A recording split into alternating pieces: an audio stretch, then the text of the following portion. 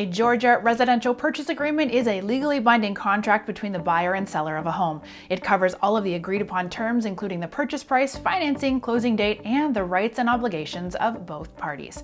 In this video, we'll cover how a residential purchase agreement works, legal requirements in Georgia, and what you need to create one. We're eForms, the biggest online database for legal documents. Stick around and we'll tell you where you can find an official residential purchase agreement specific to Georgia.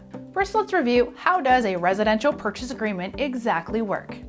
The residential purchase agreement acts as the backbone of any transaction that involves buying or selling a home. It may take some negotiation between the buyer and the seller to reach an agreement on all of the aspects of the contract. Once an agreement is met, both the buyer and the seller sign the document, making it legally bound. This means that the contract can only be terminated if both parties agree to it. Now, let's go over the legal requirements in Georgia. In Georgia, the seller is not legally required to fill out a formal disclosure form about the property. However, they must disclose any information about material defects on the property to a potential buyer. This includes all issues and conditions that would otherwise be evident to the buyer. Under Georgia law, the seller is also required to truthfully answer any questions from the buyer unless the question is based on discrimination of race, color, religion, sex, national origin, familial status, or disability.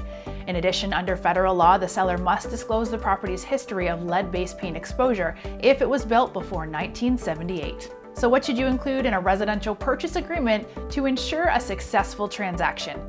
Include a mortgage pre-approval letter.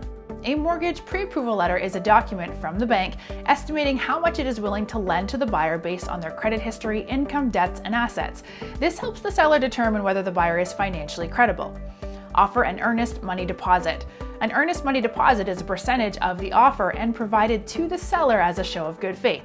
It is written into the residential purchase agreement and typically delivered when the agreement is signed. Use an addendum to modify or add to the agreement. An addendum is often included with a residential purchase agreement to add to or amend any terms and conditions. It can also detail a contingency, which allows either party to opt out of the contract if certain terms are not met. If you are in need of an official Georgia residential purchase agreement, you can get started by clicking the link right here. Also, don't forget to hit that subscribe button for more videos that help simplify the legal process for everything ranging from buying or selling a house to making a will.